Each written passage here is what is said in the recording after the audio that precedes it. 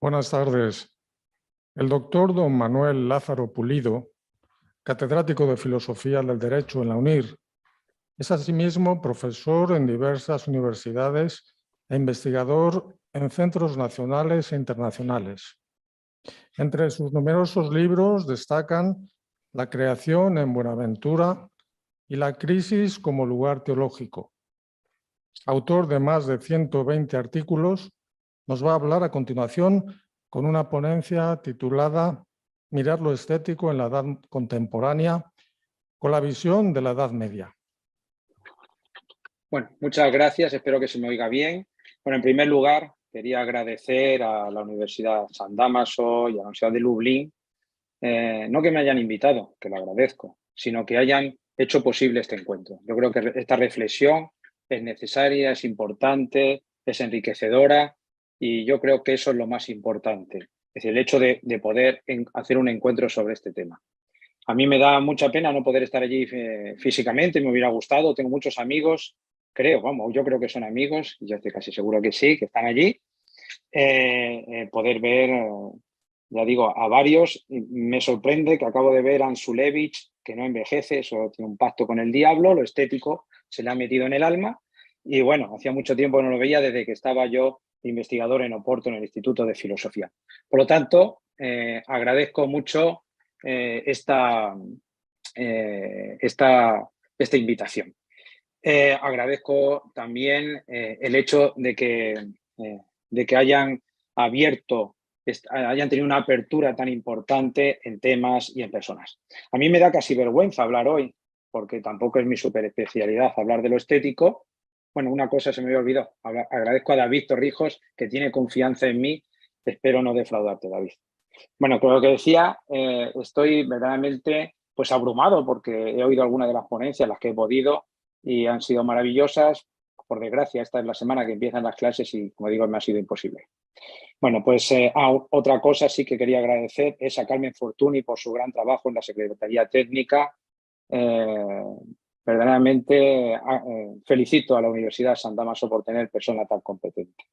Y dicho esto, normalmente me gusta más hablar, pero me vais a permitir que esta vez voy a leer. Voy a intentar, me dijo Carmen que hablara despacio, porque yo tengo tendencia a hablar rápido, tengo tendencia a hablar excesivamente locuaz y entonces muchas veces no se puede entender. Entonces, si os parece bien, lo voy a ir leyendo. He calculado para el tiempo, espero no pasarme y así pues no me pierdo.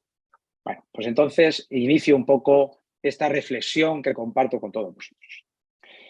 Nunca como hoy se hace referencia a la estética y en sus diversas formulaciones semánticas. No nos referimos, aunque todo tiene relación, al desempeño de la estética como disciplina independiente, con un objeto autónomo que surgió en el siglo XVIII, a un pensamiento que se desarrolla en la medida en que se cumplen unas condiciones, al menos epistémicas, que hicieron posible en ese primer momento que lo sensible, el arte y lo bello formaran una constelación autónoma y más tarde atomizada, especialmente desde que el romanticismo deshiciera el vínculo entre el arte y la belleza, y a veces, en el arte conceptual, incluso entre el mismo y lo sensible. Nos referimos al contexto estético en el mundo actual, que va desde la reducción del pensamiento a estética, a la propia banalización de su concepto y a la hipervaloración de sus resultados en las facetas de la naturaleza y de su extensión técnica. Se vive la sensación de que hoy en día tenemos un cuestionamiento estético propio, a la vez que captamos la perdurabilidad de la cuestión estética. Esto provoca que la estética se proponga como innovación permanente, pero a la vez se haya consolidado ya con una tradición que aborda problemas permanentes. Esta sensación se hace más palpable cuando entendemos la estética como una disciplina filosófica que como tal se ocupa de problemas esenciales que hay que pensar constantemente, sin cesar, a través de todos los tiempos. Siendo así, la novedad estética entonces se circunscribe en proponer respuestas diferentes a las propuestas en el pasado, a problemas clásicos que se hacen presentes en el quehacer de la vida humana. Ciertamente existen contextos determinados que influyen de forma decisiva en el juicio estético. Imaginemos, por ejemplo, el problema de la tecnología de moda en el campo del arte. Un hombre que vive en la sociedad actual, si se interesa por la estética, debe sin duda pensar necesariamente en la relación entre las técnicas actuales y el problema de la estética. Lo estético aparece en una acepción genérica, en cierta forma, como neutral, y en sentido específico como una categoría especial, en tanto que cualidad que invita a ser percibida. Tenemos, pues, que la estética y el problema estético tienen una naturaleza camaleónica. Resulta difícil definir de forma unánime o, si se quiere, reducir a una totalidad la pigmentación cambiante de la estética. Es necesario tomar partido, en palabras clásicas, definir el objeto formal de la estética, cuando el propio juicio como tal forma parte de ese objeto. Es decir, la postura estética se presenta como formando parte del juicio estético, de la posición estética. El objeto estético se vuelve tal por ser juzgado estéticamente. Podríamos decir que la estética se constituye así en un universo hermenéutico de experiencia y valoración referida a la pura aparición, tal como ésta se representa en los ojos del receptor en forma de contemplación. La pregunta de este simposio es, más allá de las propuestas académicas, la cuestión sobre cómo mirar lo estético en la Edad Media, desde nuestra perspectiva contemporánea. Es decir, cómo contemplar hoy lo medieval. Se nos pide que nosotros, personas del siglo XXI, nos posicionemos como estudiosos de los contempladores medievales. Yo propongo también la reflexión contemplativa, pero en un orden inverso. Vamos a suponer que dos estudiosos medievales quieren mirar lo estético de la edad contemporánea desde la perspectiva medieval. Tienen que hacer un análisis. Como en la película de Robert Zemeckis, Regreso al futuro, nos vamos a imaginar a dos personajes medievales, en nuestro caso, Buenaventura de Vanoregio y Duns Scoto, despertándose en un convento franciscano de hoy en día, reflexionando sobre la mirada estética contemporánea. Se le pide a Buenaventura y a Duns Scoto que analicen el arte contemporáneo desde sus parámetros, que realicen un juicio sobre la contemplación estética del arte y de la naturaleza. Es obvio que aquí ya surge un primer desencuentro interpretativo, porque ellos desconocen el subjetivismo moderno y no han conocido ni el totalitarismo idealista de Hegel ni la perspectiva vacua del nihilismo nietzscheano, por citar dos posiciones representativas de la tradición contemporánea. Pero bueno, en fin, de eso se trata. Entonces vamos a hablar de la contemplación estética. Cuando hablamos de contemplación estética, nos viene a la mente un sujeto amante del arte, no forzosamente conocedor de las teorías artísticas, pero sí de los objetos que denominamos artísticos y que mantiene una relación con ellos. En fin, estamos ante una obra y un espectador. La mayoría de las veces estas obras artísticas se exponen en espacios determinados, de acceso abierto y establecidos para ello. Otras veces las obras se combinan a espacios de uso exclusivo y privado. También puede suceder que el sujeto que contempla estéticamente lo haga sobre un escenario natural, una realidad no artificial. Supongamos el primero de los escenarios, el de una contemplación estética de un objeto en un espacio determinado, paradigmáticamente un museo. Un museo, ¿qué es esto de los museos? Los museos se han convertido en un espacio vital. No hace mucho tiempo, en 2017, el Ministerio de Cultura de Francia realizó un coloquio titulado Vie des musées, temps de public, vida de los museos, tiempo del público. La reseña del evento, que era una conversación con el filósofo profesor de la Universidad Lumière Lyon II, Alain Kerlan, era evocadora. En ella se señalaba cómo efectivamente la unión de un espacio, el museo, con un tiempo, el del público, eran la señal de que los museos estaban vivos. Efectivamente, lo que se venía a constatar es algo que se comunica y se vende de forma compulsiva. Y es que el museo tiene vida, está vivo, se mueve. Pero no solo eso, la vida del ser humano se hace movimiento, se profundiza vitalmente cuando uno entra en el museo. El museo, según esta perspectiva, no solo hace vivir al público, sino que su tiempo revive al museo. El tiempo que pasa el público en el museo se ha vuelto valioso en una era en la que supuestamente, aunque aquí habría cada uno que analizar su tiempo, en principio, el tiempo es valioso. Existe así una correlación entre la temporalidad y la vida. Se señalaba en la conversación que, sin embargo, esto no implica que el tiempo del museo deba ser totalmente trivializado en el tiempo ordinario. El reto, afirmaba Alain Kerlan, me parece que está en esta doble tarea: restaurar la continuidad entre la vida y la experiencia ordinaria, por un lado, y las obras de arte, por otro, preservando la vitalidad y la temporalidad específica de la experiencia estética. Fin de la cita. Ahora, imaginemos a Buenaventura y Duns Scoto entrando en un museo. El recinto cerrado de obras descontextualizadas, aunque ordenadas. Un lugar de enclaustramiento del patrimonio, de técnicas de conservación. Imaginaos el desoriente. Ellos acostumbrados a ver realizaciones artísticas en un lugar determinado para un algo determinado. En ella pueden, si el ecónomo les ha dado dinero, contratar una videoguía. Podrán tener una experiencia museística.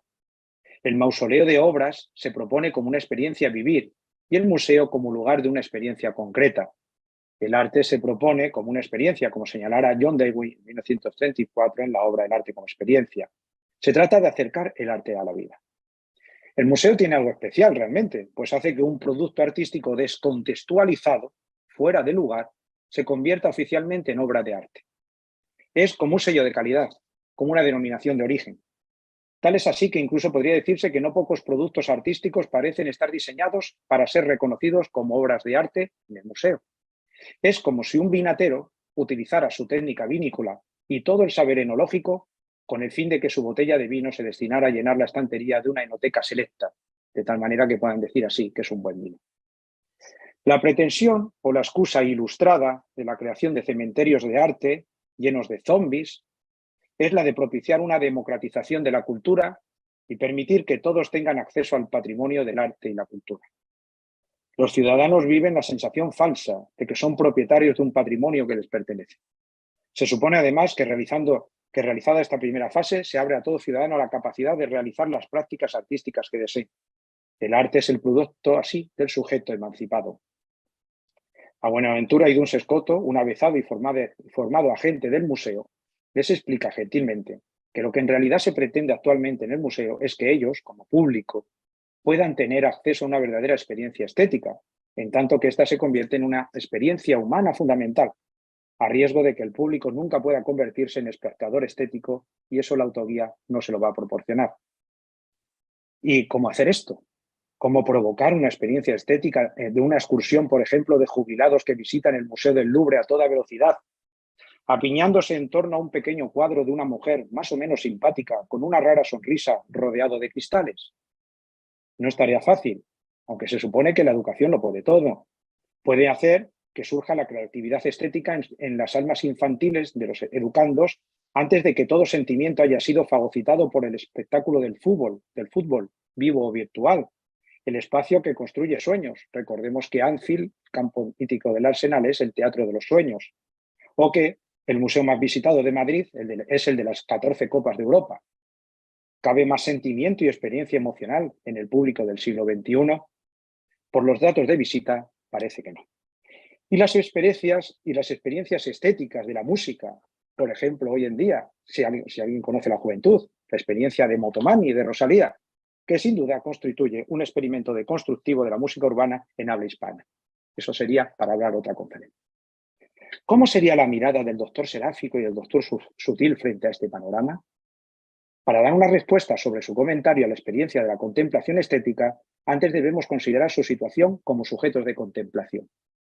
Es decir, su sensación de sentirse como público o espectador de un producto artístico elevado a la categoría de obra, capaz de recibir una contemplación estética en un magnífico edificio mausoleo, no pocas veces más digno de contemplación estética que las obras que las componen. El Museo de Obras de Arte, el Mausoleo, este cementerio Père Lachaise, por cierto, otro museo funerario muy visitado, de obras consagradas, está abierto al gran público, al ciudadano. Este cementerio de obras tiene una gran utilidad social. Es el único espacio contra la obsolescencia de los objetos, contra la seducción por la libertad de elección y la diversificación de productos, vinculando todas las esferas del consumo con la moda, que define no pocos productos actuales, como señala Lipovetsky. Y es que el arte tiene su público, tiene audiencias, receptores, usuarios, espectadores, destinatarios, consumidores. Siguiendo a Bruce Watson, tenemos diversas formas de contacto con el arte. Por un lado, tenemos a quienes de una u otra manera entran en contacto con el arte. La gente general, el autobús de jubilados, o mucha gente que va a ver el museo, que por cierto hay obras, pero lo importante es haber ido al Louvre. Después están quienes se interesan en las obras de un artista particular interés que lo lleva a coleccionarlas. Esos no son consumidores de museos, sino de galerías. Se puede hablar entonces de Matisse y su público, de Picasso y su público, etc. Este tipo de público es un conjunto de aficionados. Por último, señala Watson, en un sentido restringido, a las élites de la materia de estética: artistas, mecenas, coleccionistas, personal de los museos y las galerías, académicos, críticos. En este sentido, el público solo comprendería a aquellos que se interesan de manera regular y profunda en las manifestaciones artísticas. Estos tres estadios suponen el paso del espectador o gran público al público del arte. La democratización del arte, si no se acompaña del necesario cultivo estético del espectador, viene seguido de un consumo del arte, siendo un instrumento más de pura demagogia, de desprestigio democrático, estando en las antípodas de lo que supuestamente se pretendía crear en los mausoleos de las obras artísticas. Pero la idea del público receptor de arte en un ideal de participación ciudadana del Estado Nacional secularizado, que se asienta en el siglo XVIII, en principio, no era la actual. Teóricamente se trataba de un espectador contemplativo de una obra de arte. Esta concepción tiene una formulación realizada por la burguesía ilustrada europea. Busca la emancipación secularizada del sujeto autónomo sin renunciar a la categoría de la contemplación. Mantiene las categorías teológicas de la belleza y el ensimismamiento ante el silencio del Dios protestante, pero ha operado un salto cualitativo en la medida en que ha vaciado kantianamente el objeto de la sublimidad e intimidad de su contenido numérico. Este acercamiento del espectador contemplativo ha ido desvirtuándose en un recorrido de vaciamiento temporal, si bien, como señala el gran profesor de estética Sisto Castro, la obra de arte se convierte en revelación del Deus absconditus en buena parte de las corrientes artísticas del siglo XX, desde el dadaísmo al cubismo o la abstracción. Fin de la cita. Este Deus absconditus nace como necesidad, sin duda, de mantenimiento de una actitud contemplativa que se deshace en la obsolescencia de la moda. Entra aquí otro elemento estético en la acción estética, que no vamos a poder introducir, pero que quiero que esté en el aire, que es la ruptura del tiempo. El siglo XXI es un siglo en el que el tiempo está fuera del tiempo. Nos situamos en un tiempo que no da tiempo al tiempo. Un tiempo apocalíptico, que no es escatológico, que se define por ser el tiempo del fin del tiempo. Las narraciones de este tiempo sin tiempo permanecen asombradas por el motivo del fin que recorre desde hace tiempo el discurso teórico moderno. Estamos ante el fin del arte, Hegel, la muerte de Dios, Nietzsche, el fin del pensamiento, Heidegger, el fin de la historia, Fukuyama, el fin del hombre, Foucault, Derrida, el fin del sujeto, el postestructuralismo, el fin de las utopías, el fin del mundo y de la vida e incluso el fin del ser. La proliferación de discursos sobre lo postmoderno, postestructural, postcolonial, poshumano, posthistórico, no deja de ser el discurso de un fin que no cesa de terminar. El tono apocalíptico presente en diversos relatos teóricos sobre el fin de los tiempos es el tono de la visión aterrorizada y terrorífica de un huésped espectral, el nihilismo como categoría. El vacío ontológico que opera el insensato relato poético-estético de una realidad sin referencialidad absoluta de Dios. Sin un Dios absoluto, sin una razón absoluta, sin un propósito último, la cuestión del sentido se deja a los desafíos de la nada, que son los de la falta de sentido y el sinsentido. Sin una dirección teleológica, la vida se debate en la desorientación de no tener ningún sitio al que ir o de ir a todas partes. Buenaventura y Duns Scott han visitado el espacio de contemplación artística rodeado por gente que consume el arte dentro del paquete del consumo turístico, como se consume el tiempo libre y los espacios urbanos y naturales, en un ambiente falto de vida real, de significado, un ambiente nominal y nominalista. Han ido a la boutique de las obras de arte, a los nuevos templos de imágenes vacías. Quienes vaciaron las iglesias de los templos de imágenes han llenado los templos desacralizados de imágenes. Los iconoclastas religiosos se han convertido en iconólatras culturales, usurpando la mediación religiosa, vaciando las imágenes artísticas de significación referencial. Un olvido que ha provocado el alejamiento de lo bello, de la cuestión estética. Como Alice Pfeiffer, que nos invita a gustar lo feo, a apreciar las bondades de la falta de gusto, lo tétrico, como en el cuadro de Thomas Levi-Lasner representando el fin de una persona anciana. Hay quienes tratan de definir la belleza como un tipo particular de pereza estética. En este sentido, decir que un objeto que puede ser calificado estéticamente es bello implicaría el reconocimiento de su inanidad, en esa perspectiva. En este sentido, afirma el escritor de formación filosófica Aurélien Bélanger en France Culture, cito, la belleza nunca es un momento de verdad, a no ser que se lleve a su insoportable perfección como ocurre en Jeff Koons, en esas obras que son feas por ser demasiado bellas, inquietantes por adaptarse demasiado a nuestras expectativas. Fin de la cita. Duns Scoto toma apuntes, escribe en un horrible latín, la desontologización del objeto estético, el nihilismo como fase patética del nominalismo. Duns Scoto se pregunta sobre la posibilidad de realizar un acercamiento estético que se diga contemplativo a una forma en sí con un significado simple, casi abandonado a lo psicológico. Porque si el objeto es una simple res, entonces se consume. Siempre se han consumido cosas. Mis contemporáneos, piensa Scoto, también consumen obras de entretenimiento, especialmente musicales. Le vienen a la memoria algunos temas de los juglares. Pero ¿cómo contemplar una cosa en sí cuya vocación es no ser ya cosa, no ser realidad? Es verdad que ha visto dos tipos de objetos, algunos que nosotros llamamos clásicos y otros actuales.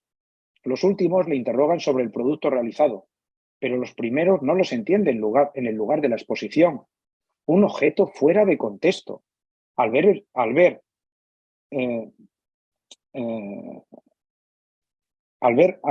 la obra de la Virgen de las Rocas, de los hermanos Predis en el Louvre, y ver que la gente no se para a rezar, que solo mira los colores y escucha la interpretación sobre el tema de la pintura, como la plasmación de un acontecimiento apócrifo interesante, Scoto está descolocado. La Virgen de las Rocas hace referencia a una leyenda, recordemos que recrea el encuentro entre San Juan Bautista y Jesús durante su exilio a Egipto. Como San Juan Bautista era huérfano, Dios le asignó el arcángel Uriel como protector. Su encuentro tuvo lugar en una cueva, momento en el cual el arcángel Uriel pidió a María que acogiera a San Juan Bautista bajo su protección. San Juan Bautista destaca en la tabla señalado por el arcángel Uriel y ubicado justo al lado de María. Pero piensa Scoto y Buenaventura a su lado. ¿Pero cómo van a entender los espectadores, ni incluso el público experto, el significado profundo de la obra, si no está en el contexto determinado? Una capilla en la iglesia de San Francisco Grande en Milán. ¿Cómo van a rendirse a la contemplación del misterio revelado quienes viven en un mundo que se ha vaciado espiritualmente, sin referencia divina, sin comprender la presencia de Dios en los ángeles a los que se le dedica una parte importante de la teología dogmática? Una sociedad que utiliza la expresión hablar del sexo de los ángeles de forma peyorativa, incapaz de ver la potencia teológica de estas figuras tan importantes. El seráfico se queda aún más patidifuso que Scoto. Al tema angélico le ha dedicado no pocos fragmentos en el Breviloquium, en las colaciones in exameron, lógicamente en el comentario a las sentencias, e incluso le ha dedicado un sermón específico, el sermón de los santos ángeles. Ambos entienden que los ángeles son sustancias intelectuales, incorpóreas, móviles, dotadas de libre albedrío, imágenes de Dios. ¿Cómo podemos interpretar una imagen material de un ser como el ángel si no comprendemos experiencialmente que representa en sí una imagen de Dios cercana a su similitud? Buenaventura, que tiene un pensamiento significativo más acusado que Scoto, y sobre eso discuten, por cierto, ahora que se han conocido, entiende la jerarquía divina que alumbra la iluminación divina. Al Padre que se apropia de la eternidad le corresponden los tronos, donde reside Dios, que gozan de la ciencia suma. La belleza se apropia al Hijo, a los que corresponden los querubines, mientras que la gloria se asocia al Espíritu Santo, al que le corresponden los serafines. Así podríamos ir asociando toda la jerarquía, llegando a que los arcángeles que se corresponden con la verdad del Hijo y los ángeles con las virtudes del Espíritu Santo, cumpliendo su misión de custodiar a los individuos, a los hombres. Y esto no se trata de una cuestión especulativa, sino de una profunda convicción experiencial. ¿Cómo mantener una experiencia estética contemplativa sin esta vivencia? Buenaventura y Scoto están desconcertados porque si así es el mundo, este no es su mundo. Y es que, de hecho, toda estética presupone una concepción del mundo y del hombre y de su referencia. La contemplación estética implica una posición antropológica, filosófica, teológica y vital. Ellos son franciscanos, y eso es vital. Son conscientes de que los elementos primordiales de la contemplación estética no descansan en el consumo o el entendimiento, sino en el ámbito volitivo, que el hombre que conoce la naturaleza se desenvuelve en y con el mundo desde la categoría del amor. Ambos han tenido experiencias contemplativas, no solo de obras artísticas bellas realizadas por el hombre, sino de obras creadas por Dios, un referente metafísico y ontológico. Dios es el verdadero artista. Para Buenaventura, las obras de Dios responden a la causa ejemplar. Dios es bien y amor. Toda la creación refleja la obra divina. Esto se ve de forma clarividente en el Itinerarium Mentis in Deum, un ejemplo de contemplación de la obra artística más conseguida.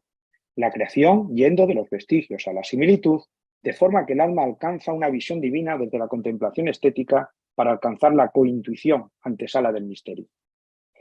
Pero la clarividencia del Itinerarium se transforma en experiencia en la leyenda mayor, en la que San Francisco aparece como la ejemplificación del alma que realiza la cointuición divina. Francisco de Asís es el ejemplo de la contemplación. Su vida, el trasunto de la vía purgativa, iluminativa y unitiva, es una vida de contemplación de la criatura para llegar a lo sublime de Dios. La contemplación es una actitud cometida por la pietatis affectus, por el sentimiento de piedad. La contemplación estética, pues implica todo tiempo y todo espacio, es un movimiento afectivo. San Francisco no es un espectador del orden creado, ni un público avezado, es un contemplador afectivo de la belleza de la obra creada, aunque esta belleza tenga signos que podríamos definir como oscuros. Aquí no se realiza una estética de lo feo, sino una sublimación de lo transitorio hacia lo bello. La sangre de los estigmas son el signo de la salvación, de la máxima contemplación que mueve el espíritu. La temporalidad no es pos, no es final, es salvación, no es pos nada. San Francisco, contemplando el misterio en el monte Alberna, es el signo estético del movimiento ascendente que significa la contemplación que eleva al hombre de las cosas visibles a las invisibles, una elevación que retroalimenta a la contemplación como el espacio remoto. No un momento alejado como desprecio del mundo, una contentus mundi, sino como la elección guiada por una jerarquía de valores encontrada en la soledad de la impresión estética, la experiencia del monte Tabor. La contemplación estética del misterio divino de un alma abierta preña de vida el alma en tránsito a la muerte. Buenaventura recuerda cómo la propia muerte de San Francisco la presenta como una escena estética. San Francisco, en el momento de su muerte, no queda callado, doliente ante el cántico de los salmos de sus acompañantes, que era lo lógico, sino que toma la iniciativa, como puede, porque está enfermo. Porque San Francisco, que nunca fue espectador ni público, ha pasado de ser contemplador a expresarse él mismo como una obra artística. San Buenaventura lo sabe y recuerda, haciendo análisis de su jornada por el siglo XXI, de que él mismo escribe sus obras de forma bella, en una arquitectura no del pensamiento, sino de la abolición, del afruicio, como obras estéticas.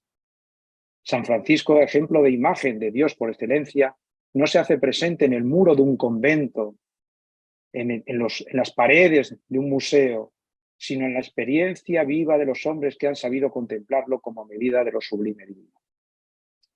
Duns Scoto rumia en su interior lo experimentado. Su mente ontológica, británica, no le permite hacer juegos desde la significación, como San Buenaventura, como su colega, como su hermano, pero entiende que la ontologización del objeto también lleva a la experiencia estética, sobre todo porque él ha incidido de forma explícita en que el orden de las cosas no responde a leyes naturales, sino que tiene como razón el bien y el amor. El mundo creado se presenta al alma como apetecible y comunicable. El mundo significado, repleto de comunicabilidad, lleno, no vacío, se presenta como donación de sí. El mundo es el fruto de una elección voluntaria de Dios que bajo la forma de producto lleva implícita su objetualidad amorosa. Toda obra es contingente, pero su contingencia es fruto de la libertad creada en Dios amorosamente y como tal bella, mientras más contingente, más elegida. Porque no existe lo bello que se identifica con Dios. No existe lo bello que se identifica con Dios. Existe Dios, que es fuente de toda belleza. El hombre, muriéndose, no es feo. Es digno de contemplación porque es bello, pues forma parte de lo que Dios ha concebido, de su elección voluntaria, elección que solo puede nacer del amor, manifestando su belleza. Esta es la diferencia entre lo efímero y lo contingente. Lo efímero es una medida temporal que pone en duda nuestras ansias de eternidad, una vez que solo estamos nosotros y la eternidad solo puede ser un deseo. Lo contingente, de lo que participamos, es una medida cualitativa que nos presenta que se nos presenta como el fruto de una elección por nosotros. El producto artístico, sea natural o humano, se hace obra artística en la medida en que la contingencia muestra la elección de amor y por ella misma se hace bella. El problema aparece cuando esa obra no tiene un referente ontológico nacida de la voluntad y el amor de Dios.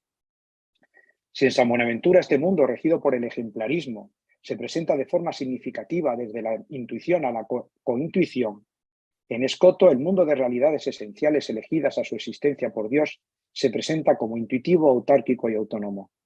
Contemplar no es un acto patético, sino una esfera intuitiva que requiere la presencialidad de la cosa. No es un acto de verdad en sí, es un acto de correspondencia desde la fruición amorosa con el objeto que se hace presente. Y ante ella, y ya estoy terminando, es posible determinar la verdad desde una mirada inteligible, frente a la cual no hay espacio para la libertad. Pero también y sobre todo se presenta la fruición voluntaria. Frente a la comprensión, dirá Escoto, se presenta la fruición voluntaria, es decir, querer porque se quiere querer. El acto estético, que no es conocimiento, se presenta en el reconocimiento intuitivo esencial como un acto de libertad suma. La contemplación estética es más que un simple conocer. Aquí no cabe la autoguía. No hace falta solo la autoguía, eso no me sirve, sino que implica con naturalidad y fruición. Supone un conocimiento inmediato, connatural y fruitivo. Para ello hace falta un sujeto con alma libre y amorosa. Esta fruición libre y voluntaria puede escapar de la referencialidad divina, pero entonces no escapa a las limitaciones del nidismo, o sin embargo puede estar referenciado en Dios, que es amor y vida.